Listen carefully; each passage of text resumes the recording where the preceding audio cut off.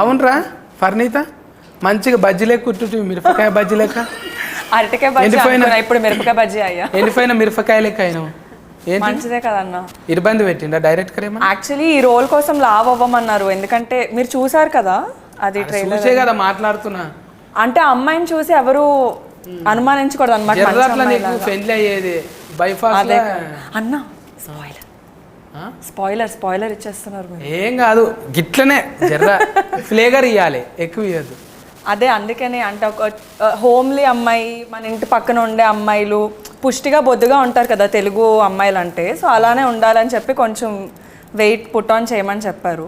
కొంచెం లావ్ అవ్వాలి. నీకు తగ్గట్టు నీ మొగడు కూడా అనలా అంటే ఇంకా కాలేదు కానీ మొగడు కూడా ఒట్టిగా రగ్గడిగా మాట్లాడు, ఇష్టం వచ్చినట్టు తిట్టుడు. అంటే ఆడిషన్లో కూడా తిట్టుమన్నారా?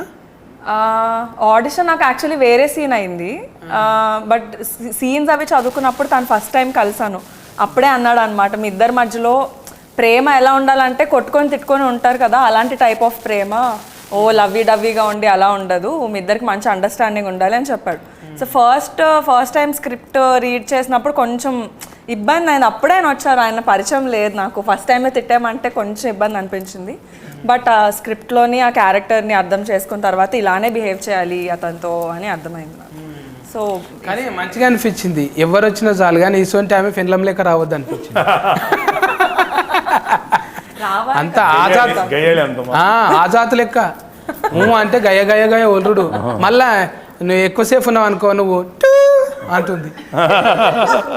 అడ్డం లేదు ఆగం లేదు టూ.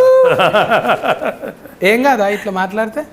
ఏమైతుంది అన్న, అందరు అంటే మగవాళ్ళు మాట్లాడినప్పుడు ఏమన్నారు, ఆడవాళ్ళు మాట్లాడుతుందా? లగ్గమైందా? అయితే ఎవరు అడిగేటోళ్ళు లేరు.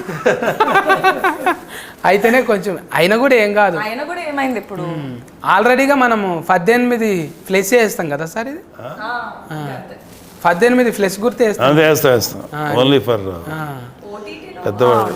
అదొక అడ్వాంటేజ్. ఓటీటీలో రియల్ లైఫ్లో ఉన్నట్టుగా చేయొచ్చు, కుదురుతుంది. అంటే వీళ్ళకంటే పర్లేదు, పిల్లలకి నేను చూసుకోవాలి, జాగ్రత్త పడాలి.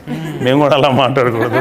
ఎవరు ఇంతకాలం బాగానే ఉన్నాం, ఓటీటీ ఎలా తగలడ్డాం అనుకుంటా అక్కడ వరకు జాగ్రత్త పడి గట్టిగా కాకుండా కొంచెం యాక్షన్ గట్టిగా ఉంటుంది, కానీ మా భాష మాత్రం మళ్ళీ తగ్గించి మాట్లాడతాం.